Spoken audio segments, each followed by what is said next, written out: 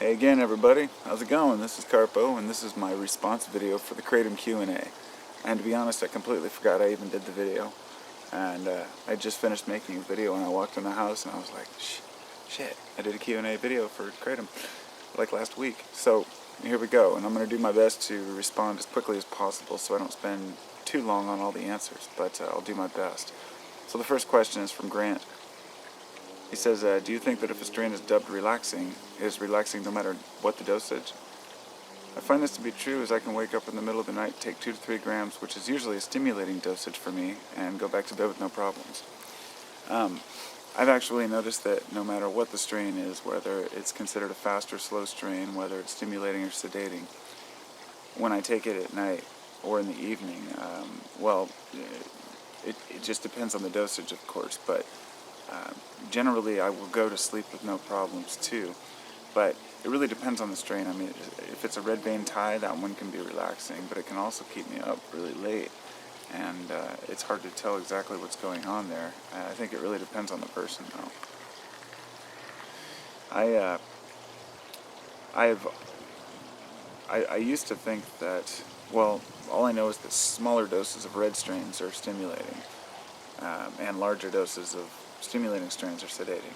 So that's what I've found in my personal experience, but yeah, who knows? That's my personal opinion. I don't know. Can't add much to that, really. Have you discovered any notable antitussive properties of Kratom? Antitussive,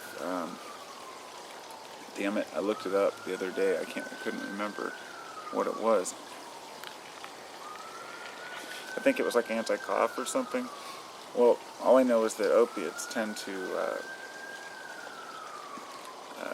be good for unblocking airways. I can't remember exactly the mechanism of action, but I'm going to assume that Kratom might have a very similar action, because when people quit, and one of the, of course, side effects is a runny nose, and so it could very well be anti-snot, and since I'm thinking tussive, Robitussin, that's my assumption. I hope I got it right there. Menthol says, okay. Nope, that wasn't a question. Yep, that's not a question.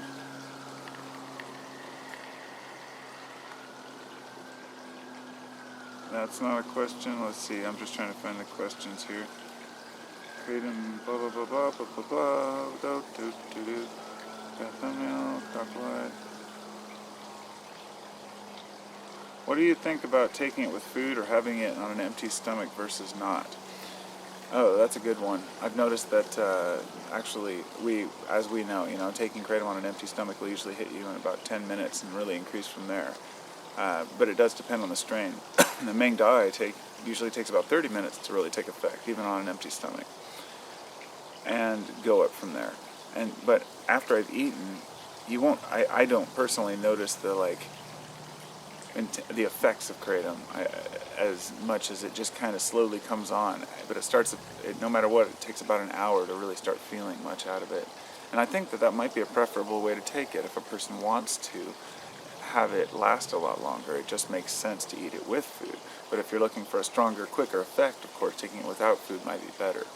One of the negative effects of taking it without food is that it does have a property of making a person, it's an appetite suppressant, at least in most people I've talked to, so, and myself included. So if you already don't eat enough, it's best to eat first.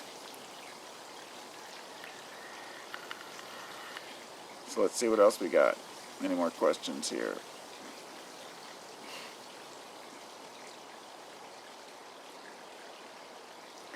Question, this is from Incoherent Commentary. He says, is there a high or certain approximate dose, assuming it's a decent strain, where the pain-relieving effects are negated or stopped by an alkaloid that has an antagonistic effect on the opioid receptors? That's a good question. There are certain substances that once you pass a certain threshold, they lose their efficacy and can very well have an opposite or negating effect. As for Kratom, I can't say for sure. I think that the alkaloid profile is too complex, and we don't really understand it well enough. We know that there's mitragynine, and then there's also 7-hydroxymitragynine, which I believe is like 100 times more potent than the first, or maybe it's 10 times more potent, but it's a lot. and significantly less quantities are usually found in the plant. But here's what I found. Let's say you're looking for a stimulating effect of the plant, and then you take a whole bunch. Well, you're negating the stimulating effect of the plant by taking enough to get over that and get to the sedating effect. How that works is not understood.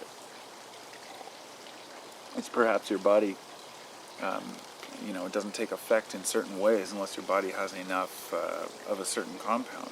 I don't know. But since you can sedate yourself rather than stimulate, I would imagine you could probably, I don't know, if you could actually take too much to not get affected by it. That's an interesting question. So let's see what else we got. Oh, yeah.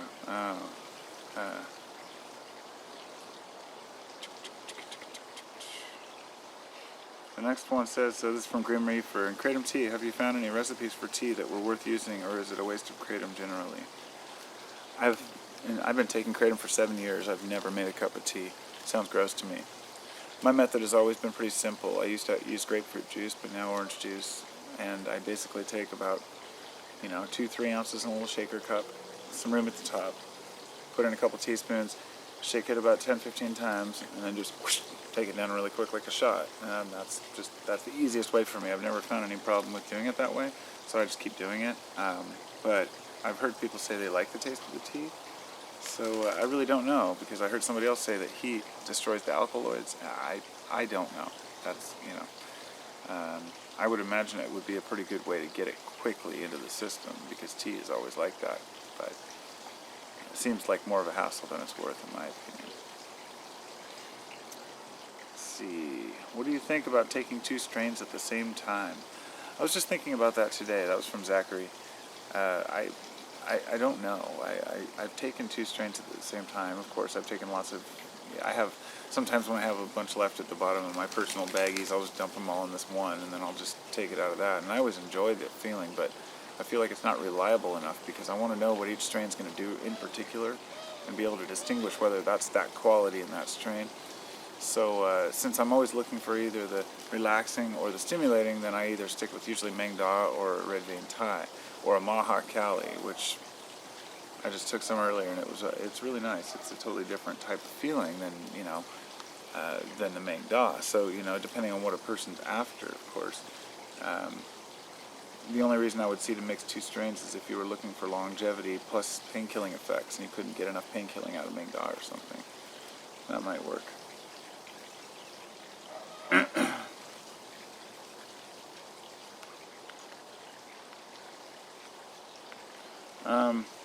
Somebody was asking Danielle, I was hoping to be notified when you receive more, but most importantly, I was hoping to be notified when you receive, I wanted to ask what you use to ferment the Kratom advertised as such.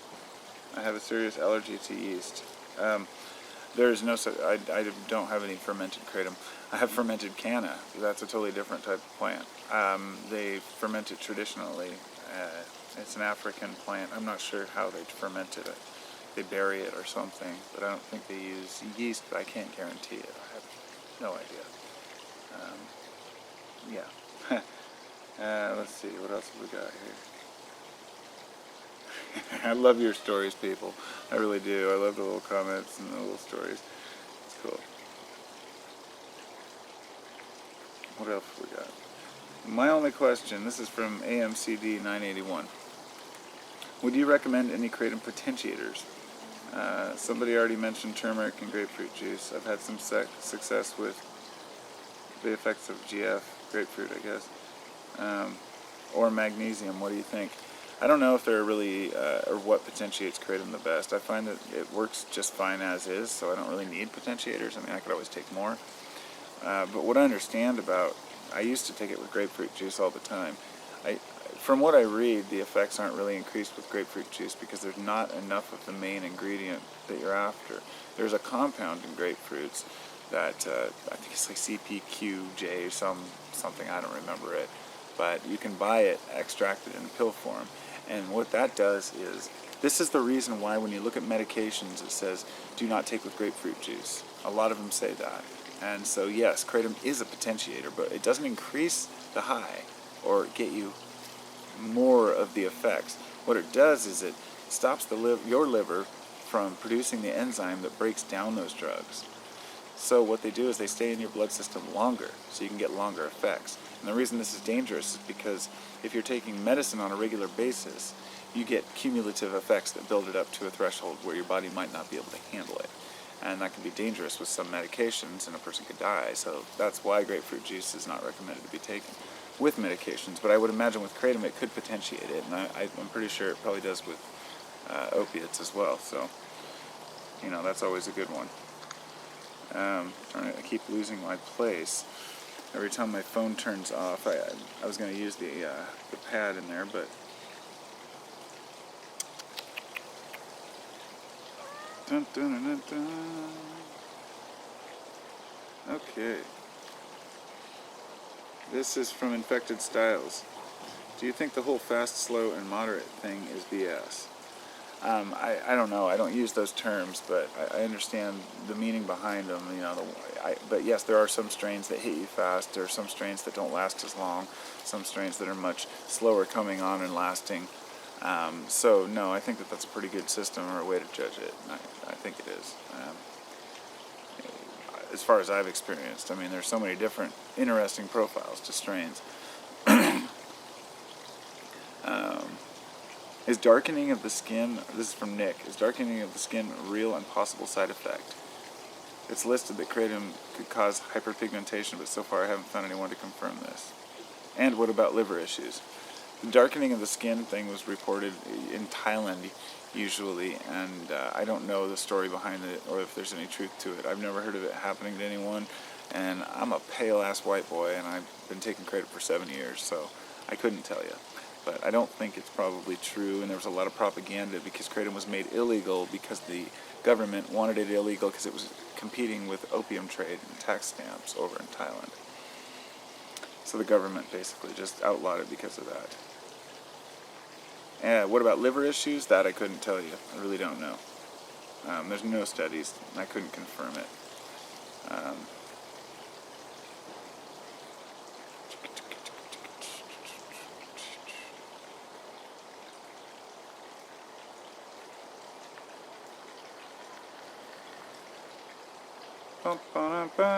Do you have a favorite kratom combo, like a combo with weed or coffee or another herb?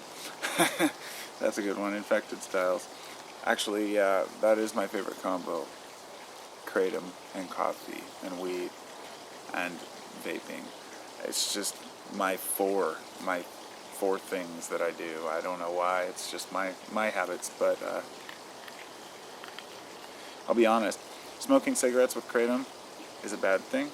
That kind of, I don't know what it is about cigarettes, but I get the nods, and I know it's not the nicotine because I vape and it doesn't do that. So it might be the carbon monoxide. There may be something in cigarettes that is not good with kratom. That's my opinion. Don't know what, but it would give me the nods and make me nod off. And smoking weed with it seems to just counteract the whole point of taking it, unless you're taking a red strain. However, I do, because I do enjoy the effect of being stoned yet still awake. What can I say? I like cannabis. This one's from Will Abbott Smith.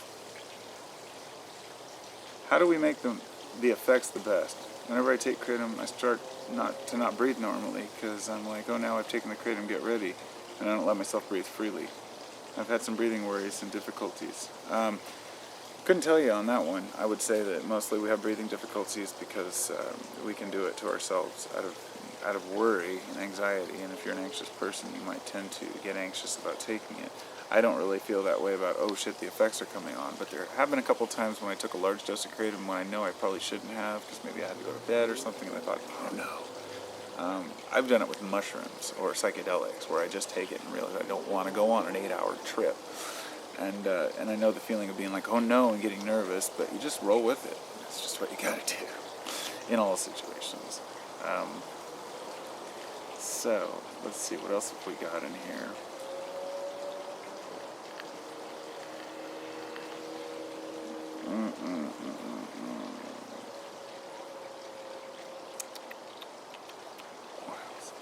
My question is probably the most sought after. It's from Chris Walters. I am 250 pounds and use what I think is a lot per dose, like upwards of 10 grams per burn. Is that normal? My answer to that is it's really up to the individual. After 7 years of taking it at least twice a day, most days, I still usually take about 5 grams at a time, and I keep it there.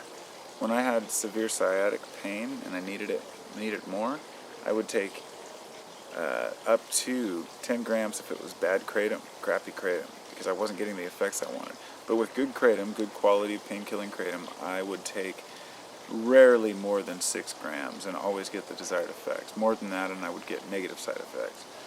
However, if I was taking it for stimulating or getting motivated, I would only take maybe 4 grams, 3 grams. However, if a person's taking it for an opiate withdrawal, that's a completely different story, and I couldn't answer that question because I've never used it for that purpose. And people who do opiate withdrawals may take between 10 and 20 grams. I've heard quite a bit.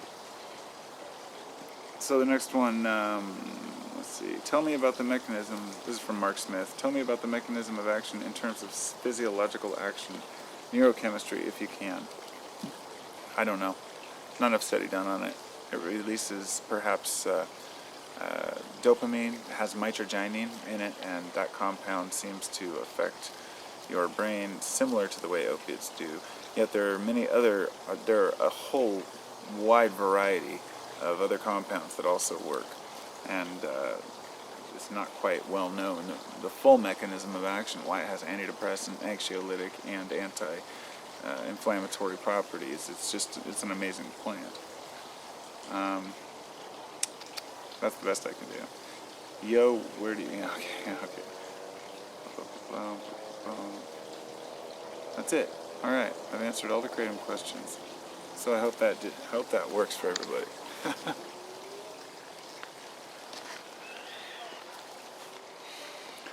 I guess I'll finish off by saying some of my personal favorites.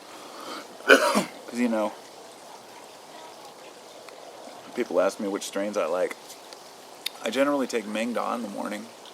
I take about 5 grams of Meng Da. And then about sometime in the afternoon, I take about another 3 grams, and it's usually something else. But I vary it each day. It could be a red strain sometimes midday. It just depends on how I'm feeling. And then in the evening, if I decide to, I'll usually take a teaspoon or 2. Sometimes it'll be like a little more than midday, or sometimes, you know, the same amount of like a red vein Thai. Unless I really need to get something done and it's early enough, like 5 or 6 p.m., I can take up to a tablespoon, or like usually a little less, like 5 grams again. But that's if I need to get things done, because I know I'll be up for a while.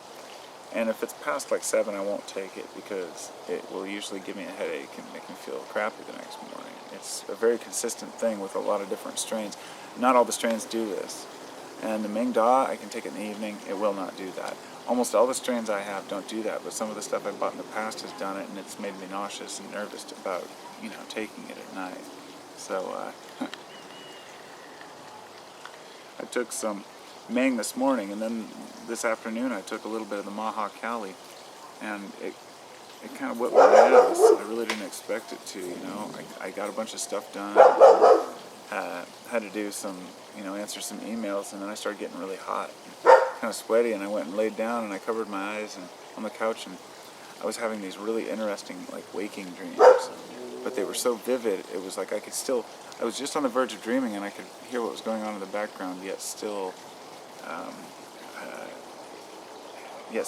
be able to actually see, you know, be in the dream world, so to speak.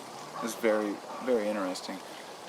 It was one of those weird midday kind of dreamy states. It was really cool.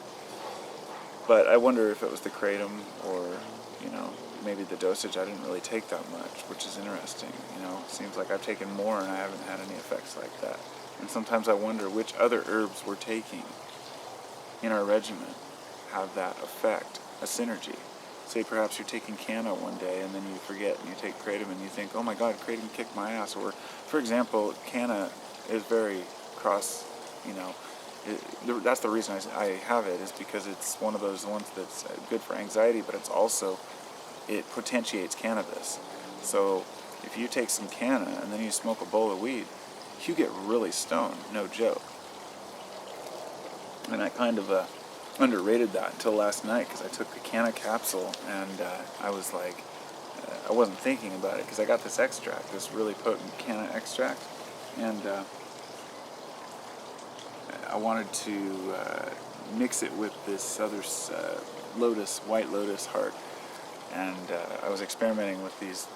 They're both extracts, and so I made like 4 capsules, and I took them all, and I knew it was a large dose, but I didn't really feel a whole lot from it. The minute I smoked the bowl, I mean, I was just stoned. I mean, I hadn't been that big in a long time.